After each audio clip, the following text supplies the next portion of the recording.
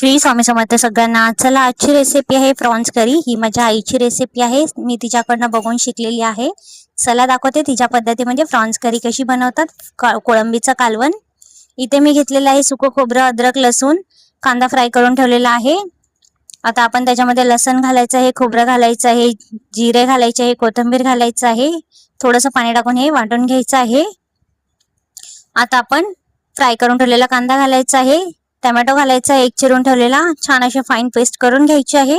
आता आपण तेल घालायचं आहे टोपामध्ये. तेल थोडे जास्तच घातलेलं आहे. नॉनव्हेज म्हटलं की तेल जास्त पाहिजे तरच छान लागतं आणि छान तरी सुद्धा येते मंडळी.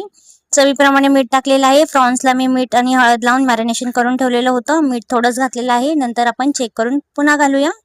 छान असं तेल सुटलेलं आहे. आता आपण लाल मसाला घालायचा आहे. 1 चमचा मी लाल मसाला घरगुती घातलेला आहे. छान असं मिक्स आउट करायचं आहे. आता कोळंबी घालायची आहे आपण त्याच्यामध्ये आणि एक बटाटा घालायचा आहे आणि गरम पाणीच घालायचं आहे मंडळी. रेडी आहे आपली प्रॉन्स